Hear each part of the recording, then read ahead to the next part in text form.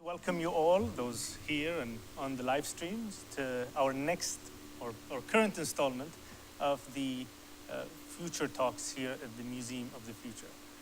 One of the goals of this museum is to become a meeting place for those who want to learn about the future and understand what it takes to play an active role in that future.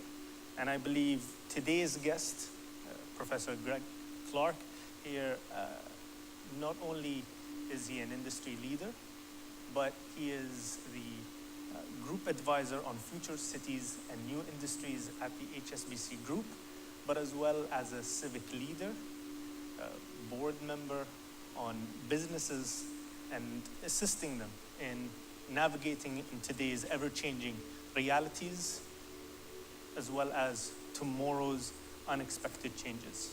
And without further ado, please join me in welcoming Professor Greg Clark.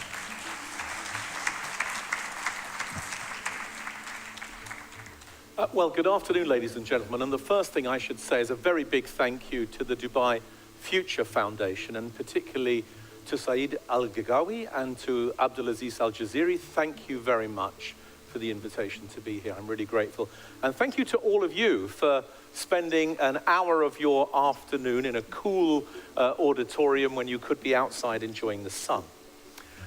It's such an honor for me to be here today, partly because I admire and respect what this museum is all about, and partly because it creates an opportunity to think about a future which we can become more conscious about, a future that we can be more responsible towards, and a future that can inspire us really to think differently and behave differently. And that excites me very much indeed. Now, I'm going to be talking a lot today about the future of cities and the role of Dubai in the next decade of the urban future. And I'm going to try to preface my remarks with a few quick observations about the pandemic that we've been through recently. We'll get to that. But firstly, I really want to say that one of the reasons I'm so proud to be here representing HSBC, our bank, the Hong Kong Shanghai Banking Corporation, is because of this deep and indelible relationship that the bank has with the UAE and with Dubai in particular. And as you can see, our chief executive here, Abdul Fattah Sharaf, making the point very clearly that HSBC was one of the partners in the original dredging of the Creek of Dubai, which was such a catalytic moment in sequencing a change in the direction of Dubai towards the next cycle of its own reinvention. I'll be talking a great deal about Dubai's reinventive powers during the course of this presentation, and one of the reasons I'm delighted to do that is because HSBC has been a modest but important part of that history. I'm going to try to talk about this in a way that provokes a conversation with you. So I'll start by talking about what is the fifth decade of the century of the city, and I'll explain all of those ideas. But then underlying all of that is a kind of quest for a discussion with you about the role of Dubai in the rest of this century. So I'll be asking you to reflect and you to comment on at the end, what are the unique attributes that you think Dubai brings to the revised global agenda for the cities of the future during the next decade? What is Dubai bringing to that? What are the innovations where Dubai can lead, not just for its own benefit, but for the benefit of the whole world and for many cities. And we'll talk about Dubai's unique DNA. And then what is the investment required to realize the potential of all of this? And that's not just, of course, financial investment, but all sorts of other kinds. So let's get going. Thank you again for being here. This is going to be a rapid tour through a kind of urban future and urban history. So don't worry about the slides. We'll make sure that they're made available to you, and we'll get going. So what do I mean by the century of the city? Well, in roughly 1980, and all of these dates are more or less approximate, something very important happened in the way that cities were evolving, particularly in the OECD countries, in the developed world. The growth of a new set of industries fueled by technology around finance, professional services, media, creative industries, and information services suddenly changed the appeal of our cities. And rather than what had been happening in the Western world, which was that people were leaving cities, suddenly a repopulation of cities began to occur. This was more or less synchronized with an important moment in global development as well, where increasingly the emergence of what was called at the time emerging markets started to create a new urbanization effect in the rest of the world. So if you like, we had the re-urbanization of the rich countries coupled with the rapid urbanization of the poorer and the developing economies, and suddenly our urban population started to take off.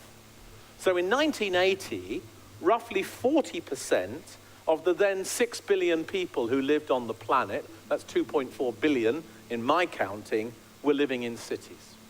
And these effects that I began to talk about that are going to be very long-lasting will take us to the point in 2080, 100 years later, where roughly 85% of roughly 11 billion people, so nearly 9.5 billion people, will be living in cities.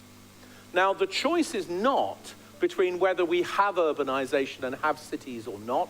The choice is rather how we organize them, how we resource them, how we lead them, how we equip them, how we manage them. Whether or not we get, as I describe on this slide, bad urbanization, where our population growth and our economic change outstrips the infrastructure capacity, the carrying capacity of the city, or whether we get good urbanization, where we employ technology, infrastructure, capital, social capital, very importantly, to create cities that really work. And having just visited a few floors from the museum, you can see that the museum is utterly dedicated in a certain way to this quest, how to get good urbanization rather than bad urbanization.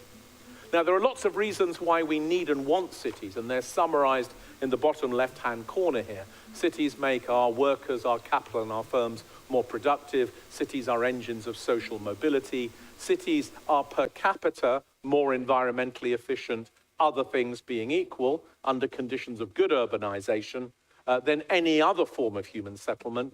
And if you're heading towards 11 billion people, in a sense, the intriguing question is, if you've got 11 billion people and 85% of them are going to live somewhere close to each other, what's the best way to organize that? So I think all the time now about 2080, almost 10 billion people living in almost 10,000 cities. How do we organize to make that work? Now, this is why, of course, we're here. We'll come back to the century of the city shortly. There's been a lot of talk in the media over the last 2 years that the pandemic, COVID-19, is somehow reversing or changing this long story of urbanization. We've seen headlines talking about de-urbanization, or the death of the city, or the retreat from the city. I happen not to think any of those things are true, and I will explain why. But what we are seeing, I think, are some important adjustments to the way that urbanization works, and we'll come back to all of that. But what you see here is some work I've been doing for the last 2 or 3 months at the bank, tracking 100 cities and how they're performing through the pandemic. And what it shows you very clearly is that there's a huge variety of responses. As Omicron has traveled around the world, different countries and cities have come in and out of various kinds of lockdowns, restrictions, and other measures. But I've tried to create a kind of composite recovery score. This is more art than science, I hope you understand. But as you can see, recovery equals mobility plus activity plus policy. How is the world doing?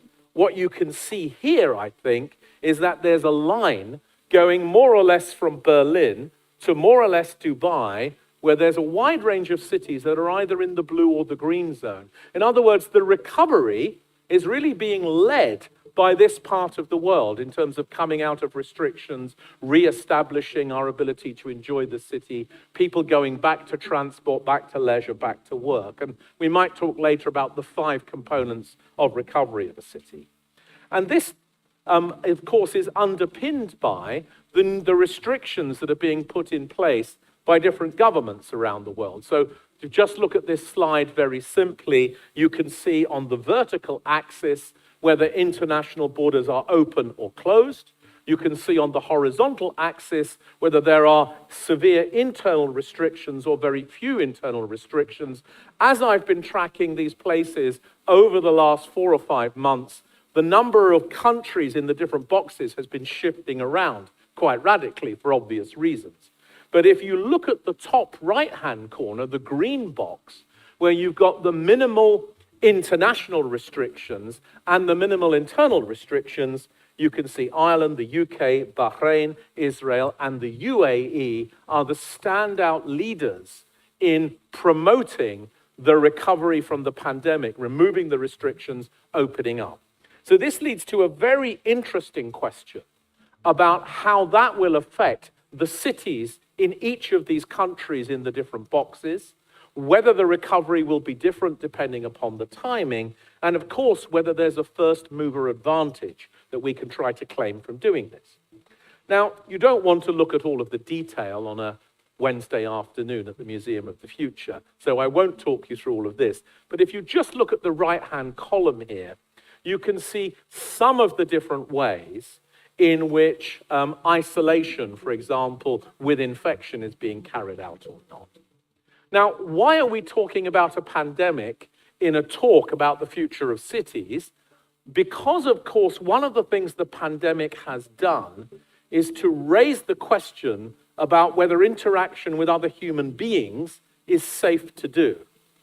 Everything that the city is about facilitating interactions between human beings and making those interactions either fun or creative or productive or transactional or something else. So the pandemic and cities kind of pull in opposite directions, and therefore the efforts to come out of the pandemic and the lifting of restrictions is very important to understanding how the next phase of the century of the city will proceed. Now, if we do a very quick summary of what's happening around the world, this is March the 1st data, so it's only 2 weeks old. You can see, firstly, that we might say that prior to Omicron, we were beginning to see a very rapid re-emergence of the cities in Asia Pacific. And then, of course, Omicron, as you know, currently very active, particularly in China, India, and some parts of ASEAN. Now that Omicron is moving around the world, we see a much more dispersed pattern of activity. So thinking firstly about Asia Pacific, as you can see, many cities in Asia Pacific are gradually reopening their international borders, but the internal restrictions remain very tight. And of course, there's widespread testing in Hong Kong. Myself and my colleagues at the bank have many colleagues in Hong Kong, and the daily lament of how life is in Hong Kong is something to listen to, I can tell you. We see in Australia, now that restrictions are being lifted, Sydney and Melbourne are having a very fast office return. People have missed the interactions. The diminishing returns from digital working are very clear to people, and there's a full reopening of international borders. Most of the cities in the Middle East have completely reopened to international travel, led by the cities of the UAE. And increasingly, we see that European cities are seeing a rapid return to activity. as the Omicron-related restrictions are being removed. In America, we begin to see the removal of the vaccine requirements. And we're also seeing, despite the rhetoric we heard a year ago from Google and Facebook and others, we're seeing the tech companies starting to say to their employees that they want them back in the office. The experiment with hybrid working will last a long time, and we will all have a new hybrid way of working. But the percentages between office-based work and virtual working that were predicted a year ago, I think will be revised over the next period of time. And we'll see the return of face-to-face as being really critical. We can, of course, compare all of this with the vaccine rates across all of these cities. This shows you simply what the vaccine rate is across the 100 cities. And we can compare all of that with the state of restrictions as they now are that are very clear to see. An overall picture emerges from all of this that I think is useful. Firstly, Middle East and Latin America, the green box, on the rise, recovering fast, as it were, first start out of the traps in terms of city recovery. Secondly, in blue, many large European cities seeing strong mobility recovery, but fewer people using the city's key amenities. In other words, many people have seen that there's been a leisure and hospitality-based recovery rather than an office-based recovery, which is just beginning. And compact European cities are seeing a big shift towards active travel, walking, cycling, a more localized way of life, less use of the big kind of mobility systems. But I believe they'll come back. Whereas in North American cities, of course, we're seeing much less mobility and some tighter restrictions in the middle-income capital cities as well. Now, what I think this all points to is that the world is going to behave differently as a result of the pandemic, and we will see, I think, some great divergences happening here. If we look very quickly at what's happening in the Middle East, again, I won't go through all of the points. What you can see is that strong recovery in Middle Eastern cities that I spoke about a few minutes ago, very visibly here now, with Dubai, of course, leading the way, but Cairo and Izmir and Istanbul very much out of restrictions, very much on the road to recovery. And look at the numbers in the top left-hand corner in terms of the return to the office, the return to transit, the return to recreational venues. What the pandemic has done is to stimulate the human appetite for the interactions that the city makes possible, as long as people believe it's safe and lawful to do so. So there's something about withdrawing the ability to interact with each other that foments and fertilizes the appetite to do it when we're allowed to do so. So the pandemic has been very interesting. I think it will lead to our cities making some big switches. I think one of the switches will be a move away from the dependence upon corporates, consumers, and commuters towards cities that are more focused on habitat, places for humans to live and places for biodiversity to flourish, experience rather than consumption, the mix of activities, health, participation, education, leisure, art, culture, and retail, but as part of a new mix, and also innovation. In other words, cities will switch out of those things that can be easily routinized through digital platforms, and they'll switch in to the things that require face-to-face and face-to-place interactions to enrich the quality of what they are. Now, I want to go back very briefly now to the century of the city. And again, I don't expect you to read this slide. It's really just to show you that there's some thinking that's been done here. What I've been trying to do is to plot by decade what has happened in each decade of the century of the city so far, and which have been the demonstrator cities of each decade.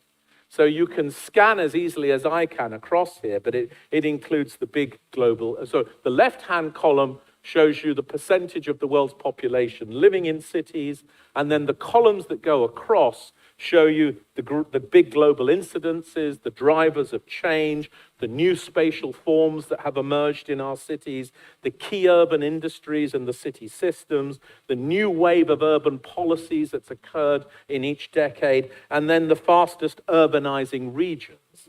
And then in the final column, I've used the language of demonstrator city, the idea that in each decade, there's been a city that has kind of demonstrated to the others how to be the leader in that decade.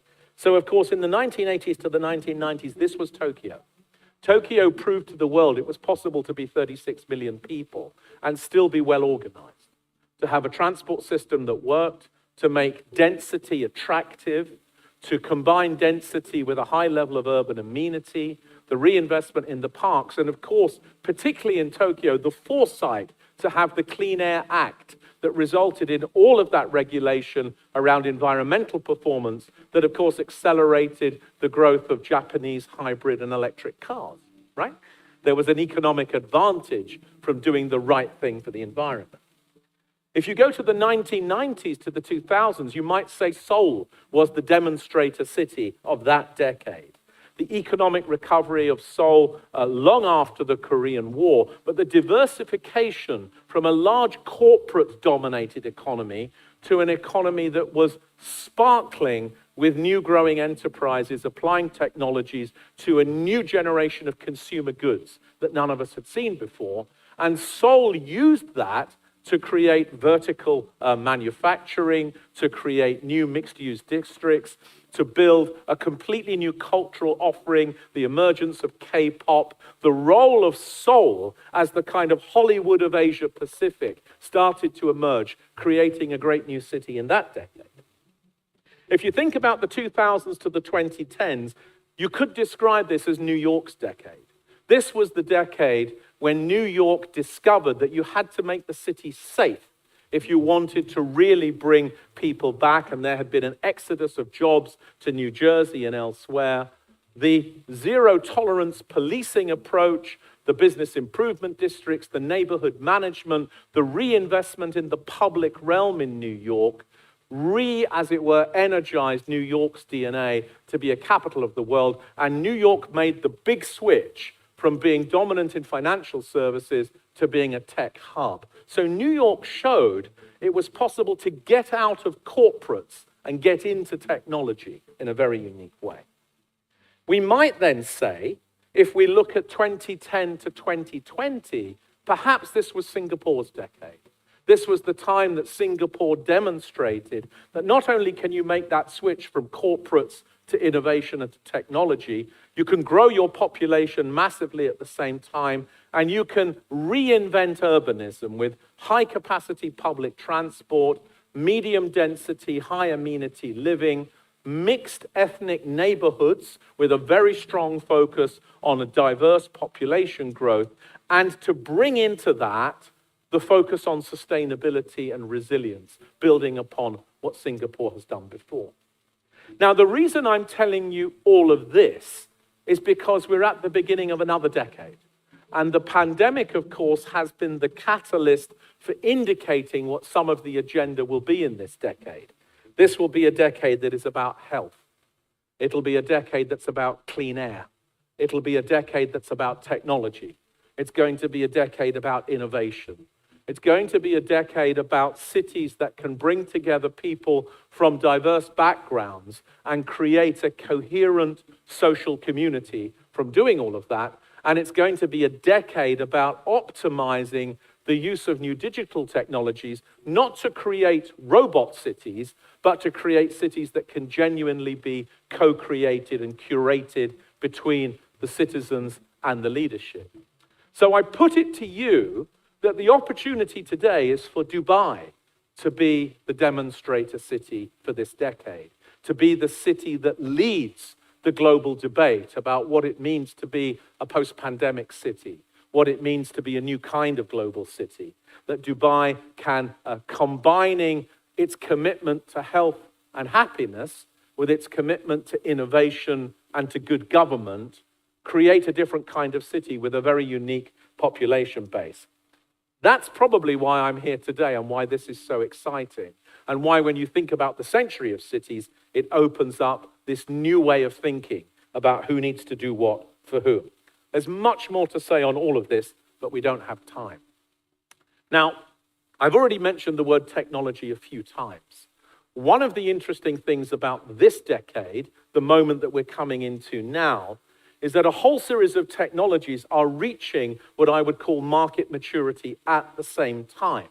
So if you look at the top part of this slide, right in the middle, you have those big enabling technologies, those generational changes, the transitional technologies that are changing everything else we do. Of course, it's artificial intelligence, it's quantum computing, cloud computing, it's high capacity cabling, it's sensors, it's all of those enabling technologies that enable everything else to occur. And on the left-hand side, you can see how that's fueling scientific progress. On the right-hand side, what it's doing in terms of creating specific features of how we work. In the middle, in the red bar, what you see are the maturing market applications. Bottom left-hand corner, how we're using these technology platforms to change the way cities are organized. Bottom right-hand corner, how these technologies are changing the nature of urban economies. Now, this is the agenda for the next decade in terms of technology utilization. And this is exactly, of course, what Dubai is doing, and we'll come back to that. One effect of these technologies is to change the nature of job creation in our cities. And this is why it's so important to shift away from a dependence upon corporates individually and think more about corporates and the ecosystems around them, just as New York did 20 years ago. Trading technologies in the 1980s enabled a previously separate set of industries to become a single cluster. We never spoke about banking, insurance, pensions, and stock markets as somehow being the same industry in the past, but trading technologies enabled them to be integrated as capital could be applied almost instantaneously to different kinds of balance sheets. In the 1990s, it was design technologies, particularly sound, light, and visual technologies, that enabled the integration of what we now call the creative industries. But we used to talk about film and fashion and TV and food as all being separate. They came together in a supercluster.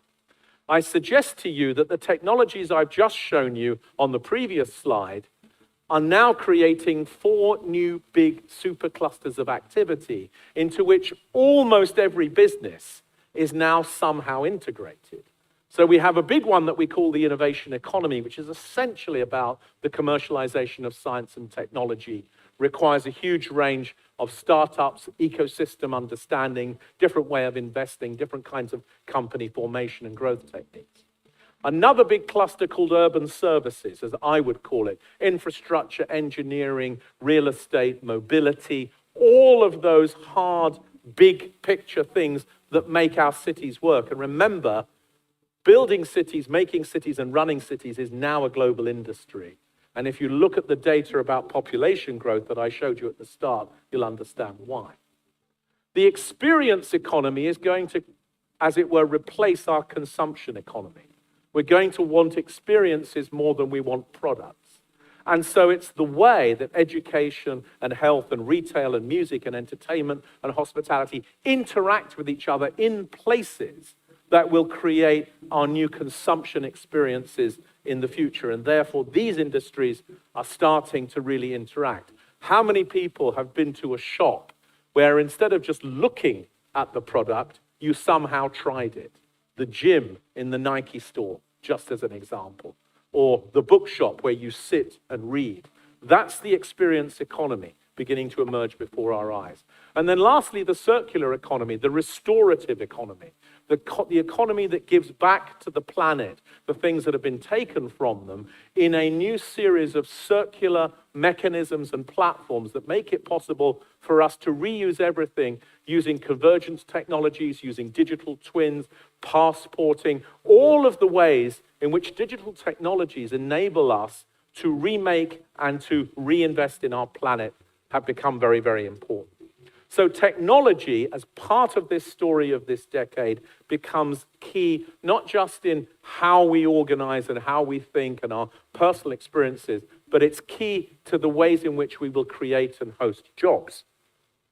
If you think about what I've just been saying, it's all about the interaction between firms. And this is why I'm very optimistic about the city, because I think the city is the place where firms encounter one another in a rather different way. A final way of looking at this point about technology is to just focus on this idea of the waves and cycles of technologies that have been available to manage, to make, and to organize cities. And what I really want to say here very simply is that just as we're in the era of Industry 4.0, we're now in the era of City 4.0, where the combination of the systematic city, as it were, the use of new ways of organizing and augmenting infrastructure, the new ways we interact with citizens, the participative platforms that are available to us, create a city that is, as it were, a fourth version of what it was before. And we're well on the way to the internet of the city, which we can talk about a little bit more if you want to later. Now, I want to introduce now the other big theme, as well as technology, of the next decade, which is the planet and the future of the planet. And the simple way, I think, to describe this is to say to you, what you see on this slide behind you is the 500 cities around the world that are at risk of flooding from a half-meter rise in sea levels that would occur if we exceeded the 1.5 degrees of global warming that was agreed as a maximum at COP21 in Paris in 2015. Now, the point of showing you this is also to ask you, where are your favorite cities on this map? Can you see Shanghai? Can you see Singapore? Can you see New York? Can you see Dubai? All of the cities that we know and love, or at least the vast majority of them, are vulnerable to climate change and vulnerable to that half-meter rise in sea levels.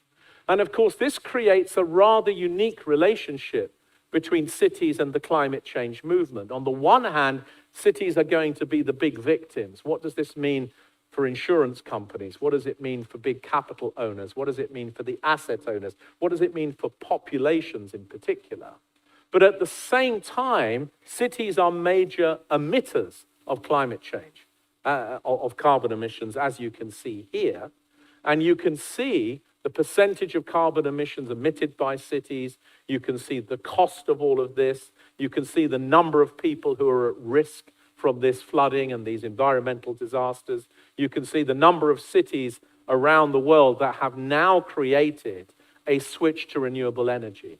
So again, I suggest to you that because cities are somehow in the eye of the storm of climate change, they have a particular motivation to try to create integrated solutions to climate change, things that bring them better together on all of this. I spent 2 weeks at COP in Glasgow, had a very serious period of reflection there. Many good things happened at COP in Glasgow, but not enough good things. We don't have time for a full explanation of everything at the moment. But one thing that did become very clear in Glasgow is that the energy transition that we require to stop the high emitting activities will only work if it's accompanied by an urban transition at the same time. In other words, we can decarbonize our sources of energy, but unless we make the shift in our cities to clean air and clean water, to electric vehicles, to hydrogen buses and trains, unless we shift towards district heating and cooling, to circular waste, to waste-to-energy solutions, unless we go for net zero buildings or net zero construction, unless we reform the way we use land and buildings, how we travel in our cities, how we create our food of the future, unless we do our urban transition, the energy transition will count for nothing, because we won't be able to utilize the clean energies that we're creating. So we need a city to be a demonstrator city, not just in the energy transition, which is essential, but in the urban transition that is also required to make that energy transition meaningful. And we know a little bit about what the net zero city looks like. Keeping it very quick and very high level, the net zero city needs to combine a number of features of reform. It needs to be a well-connected city, digitally connected, physically connected, transport choices. It's not a car-dependent city. It needs to be a compact city. It's not a sprawling city. It's a city that knows how to create the right combination of spaces in different places so that we use land in an optimal way. We reduce the need to travel. We create mixed-use neighborhoods. We create centralities so that people can enjoy amenities that are local to them. It needs to think about it in that way. And it needs to be a city that's clean. It needs to use that energy transition, that water transition I just spoke about. And all of this needs to be underpinned by mixed land use, electrification, materials efficiency, citizens' choices, and of course, circularity, as we were saying just before. Now, the net zero city, I think, is going to become the key organizing idea for the next decade in thinking about our cities and our urban policies. And that's partly because it's not just the way to clean the planet and to create, as it were, an opportunity to reclaim our planet and to restore it, but also because the net zero city has the opportunity to do other things as well. It will save us money. It will particularly save people on low incomes money as we shift towards a different kind of energy system. It will improve our mobility choices. It will mean that we don't have to use our cars. We can choose to use our electric cars when we want to. It will, more important than anything else, produce cleaner air, which will reduce our exposure to respiratory diseases. And it will mean that the next time we have a respiratory pandemic, not so many people will be vulnerable because their lungs will not already be polluted with all of the nitrous oxide, the carbon dioxide, and everything else that's in the atmosphere. So the net zero city is not just an environmental idea, it's an idea about how to reform our cities to make them better places to live, better places to work, and everything else. Now, I want to switch to another theme very quickly and introduce an idea that I've been working on for the last 3 or 4 years. I'm currently writing a book and creating a podcast series about something I call the DNA of cities. So this takes the rather obvious idea that cities are themselves living organisms, and that's very clear here in this museum. And it tries to distill, well, if cities are living organisms and they do have a kind of DNA, we'll come back to whether it's a metaphor or whether it's literal. What are the strands of the DNA that make up the genetic code of the city? And how does that genetic code influence the way the city evolves, the way it changes, how it deals with shocks, how it responds to opportunity? So again, I want to suggest very simply, maybe there are 3 big themes in the DNA of cities. There's a kind of an endowed DNA, what nature gives to the city. Maybe there's an inherited DNA, a set of behaviors or customs or cultures that come from previous cycles. And then maybe there's an acquired DNA, a DNA you get by bringing in new people or bringing in new firms or bringing in new ideas so you can acquire them. And the idea here is that if you begin to investigate the 12 strands of the DNA of a city, you begin to discover what makes each city absolutely unique. And by understanding what makes each city absolutely unique, you begin to develop, I think, a personal relationship with the city. So it's not just about whether the city is productive or whether it's enjoyable. It's about how it makes you feel. It's about how it smells. It's about your sense of belonging or not in that city. It's about how that city foments and stimulates your appetite, your aspiration, your ambition for life. What is it that the city does to inspire you to think or behave in ways you hadn't anticipated? So well beyond the idea of the functional city, the idea of the DNA of the city is I think, very helpful and very important. Now, when I think about Dubai, and I've learned a huge amount from my colleagues thinking about Dubai, you can see a kind of 5 cycles approach to the way that Dubai has evolved. And as it were, there's an accumulated DNA in Dubai as the kind of city of constant reinvention. The city that has been at the sharp end of being adaptive, being agile, being willing to place bets on the future, being willing to think outside of the box, being willing to avoid its own path dependency and to create a new vision of what it can be and what it might be. And the 5th cycle that we're coming to now is this cycle where human science and technology come together with scarcity and abundance at the same time, where happiness and healthiness is a key part of the story. If you like, the idea of human flourishing in an arid city, a city that's arid in terms of heat, but rich and moist in terms of ideas, innovations, and approaches to the future. I find this an interesting way to think about Dubai's evolutionary path.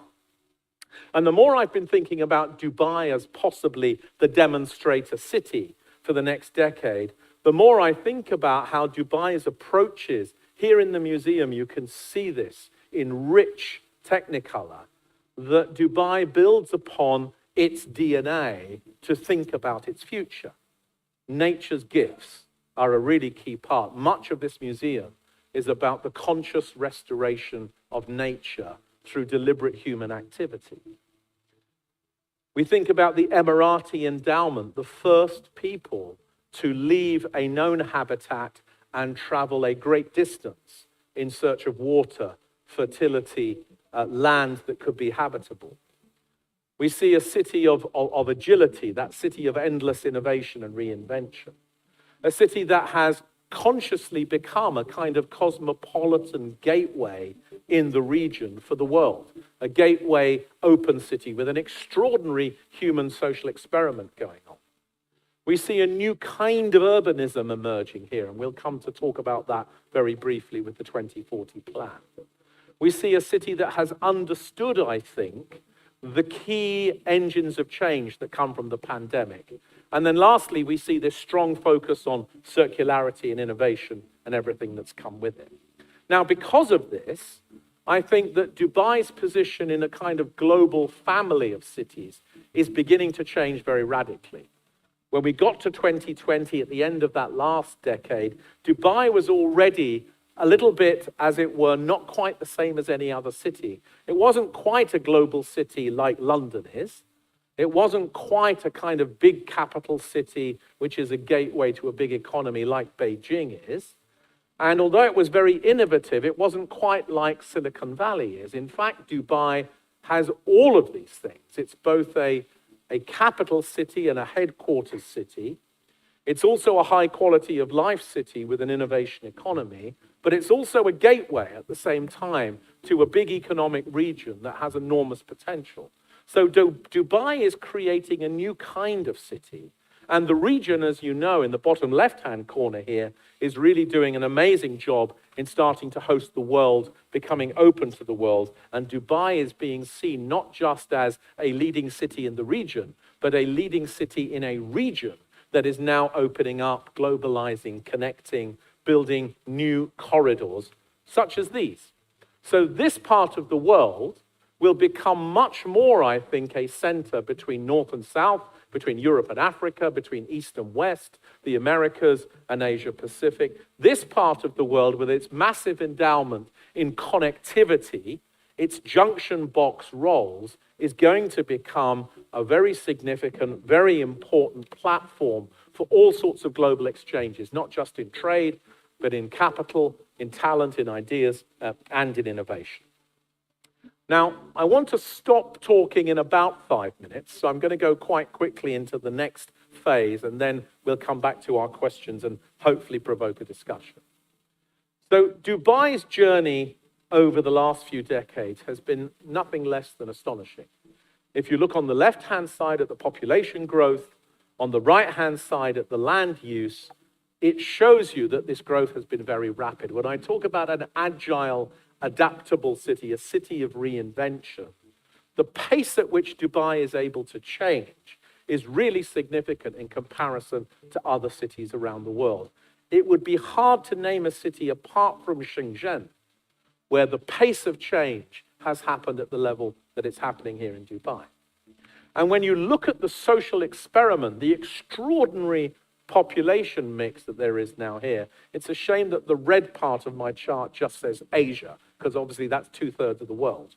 And there are many countries in here. But you can see that there is a very unusual experiment happening here. 92% of the people who live here in Dubai are not Emirati. Now, I can only think of 1 or 2 times in history where another city got anywhere near that. Singapore is currently at about 50-50 as far as I understand it. Maybe Constantinople, when it was the capital of the Holy Roman Empire, had a diversity, something like that. Maybe New York approached 50% in the 1920s and the 1930s. But no other city in the history of the world has deliberately curated this kind of cosmopolitan population in this way. And no other city has coupled it with a vigorous program of development of this kind, with all of these initiatives incrementally building the capacity of the city to deliver the promise of the urban experience in this particular regional context. And I suspect quite a few people in the room know about the way that Dubai is planning its future. The 50-year charter, the 2040 master plan, the 2030 vision, all of the ongoing projects you see on the right-hand side, the building of a city in the image of a future vision, led from the top, led from the front, the idea to create this kind of unique city in this amazing context. And as a geographer and an urban planner, of course, I'm very interested in how this translates into land uses, and I've been particularly interested in the 2040 plan, the way in which Dubai is shifting to what I described earlier as that good urbanization model, where land uses are properly curated, different activities are mixed in different ways in different locations. There's an emphasis on traveling in a way that is carbon light, a massive introduction of public transport, the creation of place-based amenities from parks to cycle tracks to beaches. The beaches of Dubai are going to be phenomenal. You know, it's hard to remember that before the 1992 Olympics, Barcelona didn't have any beaches. Hard to remember that.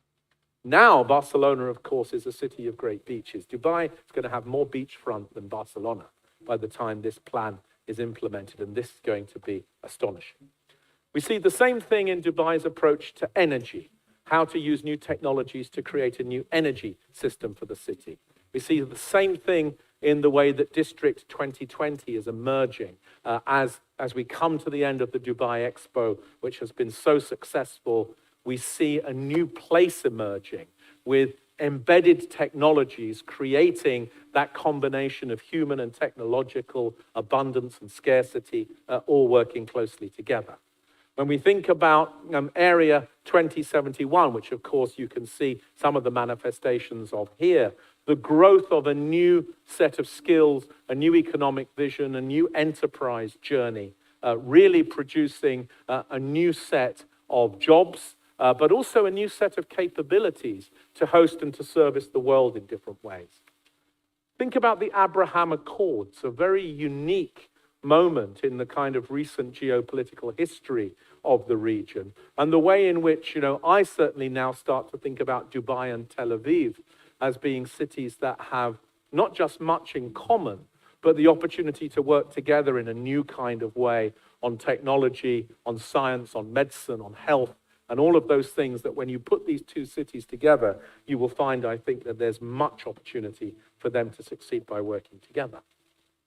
And just look at the number of ticks on the left-hand side of this chart as we start to think about the systematic way in which Dubai is tackling some of the challenges that it has, building that carrying capacity that I spoke about earlier on in terms of its ability, not just to provide, as it were, the hard power of infrastructure and buildings and facilities, but also the soft power of happiness, a sense of belonging, contentedness, openness, and everything else. And this, of course, is brilliantly underpinned by the current cycle of social reforms that are going on, from the residencies to the visas, to the investments, the land ownership, the business ownership, the 4.5-day week, or the 2.5-day weekend, if you want to think of it that way, right? That this set of reforms are leading-edge reforms that begin to create Dubai, not just, as it were, as a leading city in the Middle East, but a leader in the whole idea of the city as a service, the city as a platform, the city as an experience, a city that can be accessed and utilized by people who live here and those who also don't live here. This is the beginning, I think, of the idea of the city by subscription beginning to occur, creating, as it were, a global community of people who love Dubai, even if they don't live here. And myself and my colleague Khalid, who's here in the room, have had many conversations with people about how Dubai is becoming, in a certain way, the world's second favorite city. And that may sound like a bit of a not such a nice compliment, but actually, if you're the second favorite city of lots and lots and lots of people who live in many countries, in fact, you then become the world's favorite city because you're everybody's second favorite, not just the favorite, as it were, for the people who live there. So I'm drawing towards the end. I simply want to say that the pattern of competitive reforms that are happening around the region, I view as being a race to the top, not a zero sum. The competition that begins to emerge with Saudi Arabia, with other parts of the region, who can do a more liberal reform, who can do a more progressive reform, who can be more open than the other. This is all good. This is going to lead to, I think, a system of cities in the Middle East, a very important part of the next 3 decades of the century of the city, is that we'll stop thinking about individual cities and we'll think much more about localized networks of cities. The Greater Bay Area, the Yangtze River Delta, the Boston to Washington Northeast Corridor, the Middle East network of leading open global cities, I think, will emerge and will be, as it were, what we come to recognize and to see. So what have I been saying? I've been trying to say that we're in a very important moment in the history of humanity. I've called it the century of the city. We're moving from 2.4 billion people to 9.5 billion people living in cities. Cities are not just functional places where jobs are held or consumption occurs. Cities are increasingly the platforms for creating future life. And I've made the argument to you that Dubai's unique DNA, its appetite, its ambition, and its aspiration position it to be a leader, if not the leader, in the next cycle of the century of the city, at least for the next 10 years or decade. There are many things, of course, that Dubai has not yet done, and some of you may want to raise those with me in Q&A, and I have my own list of things that are still on the to-do list for Dubai. But I think that where we stand today, and in the context of this amazing museum that seeks to look into the future, the idea that thinking about the future of our city is the same idea as thinking about the future of our planet, or thinking about the future of our species, or thinking about the future, as it were, of our own wisdom and our own consciousness, is something that I find very compelling. So thank you for listening to me. Let's have some Q&A and some discussion.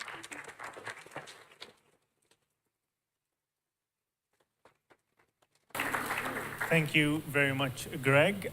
We have almost run out of time, so just for the sake of time, we'll take one question from this side and one question from this side. How does that sound? I apologize if I spoke for too long. So. No, we loved it. So, all right, so we'll take one question from here. Yes, thank you very much for this lecture. I think it's very useful for everybody here in Dubai and the whole region. My question specifically is that you didn't mention anything about security in these cities.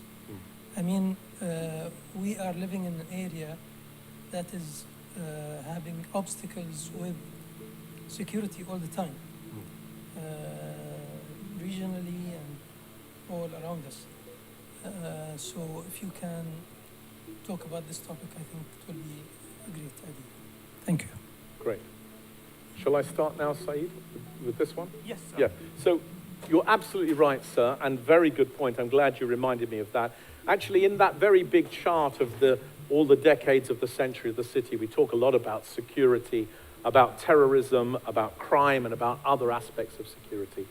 Of course, being able to secure the city, and you know, we can't talk about this without thinking about Ukraine at the moment, but being able to secure the city is a very important fundamental underpinning. And of course, we used to do that by building walls. Then we did it by having armies and having police forces. Increasingly, this is a technology job too, as you will know very well. And there are many cities around the world that are leading in this space. Getting the right balance between surveillance, other kinds of security, facial recognition, behavioral recognition, and all of that, and the social contract around privacy and personal freedoms is a big challenge. And getting that right is going to be key. Some of the people in the audience will know that several important projects to develop sort of 22nd century cities have failed because there hasn't been sufficient agreement between the people and, as it were, the urban planners about what's the right level of intrusion in personal freedom by technology. And so in every country, you're going to find a slightly different cultural settlement around that as well.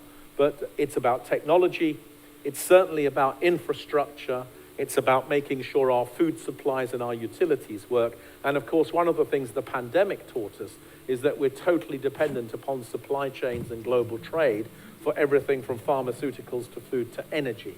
So this has become a really, I think, important agenda. I'm glad you raised it. I'm sorry I didn't give more time to it. All right, thank you for that. Any questions? I think we had a question. There's a gentleman there. Very interesting report. Of course, this is going to be very valuable for a lot of sectors like investors and predictors. That's going to be a real wealth of information that you've collected. Now, you see, there's one thing is what is a wish, what should happen, what is ideal, and what I predict what is actually going to happen, what is likely to happen. Right? You say very, very rightly that from 2.4 billion, they might go up to 9 point some billion, you said, yes. But you see, in your slides, you have explained the way technology has been able to facilitate remote working and remote interacting. So I think that, as you have yourself pointed out, is likely to further develop and accelerate. So don't you think that the distribution of living, working, and spreading it out the way it started at the beginning of the COVID pandemic is more likely to happen than the re-urbanization of the movement, population, workspaces, and everything. However, you have yourself pointed out a good solution, which is mixed-use facilities. This is where, of course, the regulators will have to redesign the zonal code so to allow the same space to be used for both. How that is going to work out, we don't know. You might have the laundry hanging out of the office sometimes, right? And this is the new change. Also, this is going to be the new tie in the future, I guess. So how would you react to this kind of real thing happening? Also, because of the climate change, the sustainability thing, this makes more sense to allow, you see, it can't happen by making laws, rules, and regulations. It can happen by incentivizing it, motivating, fiscal policies, make it more attractive for people to move out. Now, there are some countries in Europe, for example, that are already de-urbanized. Germany, as an example, I know a little bit about it because I've traveled all over. London is very highly concentrated, like Paris, okay, New York, Manhattan maybe. But many countries are already de-urbanized and they're working very well. That's a good formula. So this is now, what do you think? The prediction, the wishing, and the climate change, how will all that, how would you react to that, please? Yeah, so it's a great question, and actually we should go and have a cup of tea together and discuss it for an hour. But I think what I want to say to you is really three things. So firstly, when I looked at all of the data on how the cities were recovering after the Delta wave of the pandemic, we got back to 92, 94, 95% of people returning to offices in Shanghai and Beijing and Singapore and Hong Kong. And so one of the things I think that's different is that in different parts of the world, we have a different appetite for the city. In North America, particularly in the USA, particularly in the coastal areas, There's a sector mix that has more jobs that are digitizable. There's a propensity to use new technology and to move house that's very high. And there's a level of urbanization that's already at 82, 83, 84%. So if 10% of the people in America leave a big city and go and live in a small town, it makes no difference to my data. North America is 4% of the world's population. Europe is 6% of the world's population. 90% of the world's population live not in Europe or North America. So the numbers remain the same even if you have that adjustment. The second thing to say is that this gives rise to interesting questions about the definition of the city. So if you move from living in a 45-minute commute from a city center to living a 2-hour commute from a city center, and you come into the city, let's say 4 times a month instead of 4 times a week, have you de-urbanized? Or have you got an urban job in a rural labor market, in a rural housing market? So I think this idea of this is urban and this is rural no longer really exists. I think what you've got is an overlap. The urban labor market is able to operate in a hybrid function. And so you can be in a rural area doing an urban job. That's the second part of this. And then the third bit, I think, to say about all of this is that actually the evidence shows from the examples you gave, Germany, Switzerland, Austria, these countries are 82% urbanized. What they have is a network of smaller cities. So level of urbanization is not the same as size of big city. You can have a high level of urbanization with a set of interconnected cities and towns where everybody is about 1 million. As I said to you, we need 10,000 cities of 1 million people each if we're going to have 10 billion people living. So it's quite possible that in some countries where the DNA, the geography, the history, the infrastructure, the endowment, makes it possible to have networks of smaller cities, that this is a good kind of urbanization. I completely agree with you. And it doesn't suffer from the same bad urbanization I described right at the beginning, yeah? Where the population growth exceeds the carrying capacity of the city. So if you want to live in Switzerland or Germany or Austria, great. I love those places, and I like the fact that in Germany, 6 cities between them carry all of the specializations that you need. But that's not the starting point in many countries. So the question is more, how do we evolve from here? And this is why I was speaking about the importance of networks of cities as the next stage of, as it were, this century of urbanization. And when you think about the Middle East, that means thinking about Riyadh and Jeddah and Abu Dhabi and Dubai and many other cities that I'm not going to name as being part of a network that provide choices to you. And the possibility, of course, of certain kinds of new cities and towns emerging that service them. But all of that is urbanization. It's not an alternative to urbanization, it's a different shape. And I think that one of the exciting things about the next 20 years is that your vision, as it were, of distributing things differently will, I think, become a very important part of how we evolve. Does that mean that there's no future for Hong Kong and Seoul and Tokyo and New York and London? No, because I think the same process will happen inside the cities, that you will see increasingly these big cities becoming polycentric or having multiple centers. So not just Midtown Manhattan and everybody comes in and out, but as you've already seen, lots of job creation in Brooklyn and Staten Island and Queens and the Bronx and Jersey City. So even these big cities will remain successful by also distributing the opportunity a little bit more. This is the deliberate project in Paris, of course, the 15-minute city idea. The only danger with this localization within the metropolis is that you end up with 15-minute cities, but the rich people live in a rich 15-minute city, and the poor people live in a poor 15-minute city. And the great liberating achievement of the metropolis is that you allow people who live in any environment, at any level of income, to have access to the same labor market and the same amenities. So we don't want to lose that. I hope that's a thoughtful answer to your very thoughtful question. All right, and there we have it. Thank you, Everyone, please join me in thanking as well Professor Greg. We hope you enjoyed today's session. We wish you all a very wonderful day ahead. Please stay tuned and follow us on our social media, the Museum of the Future, to learn more of our future talks. Thank you very much.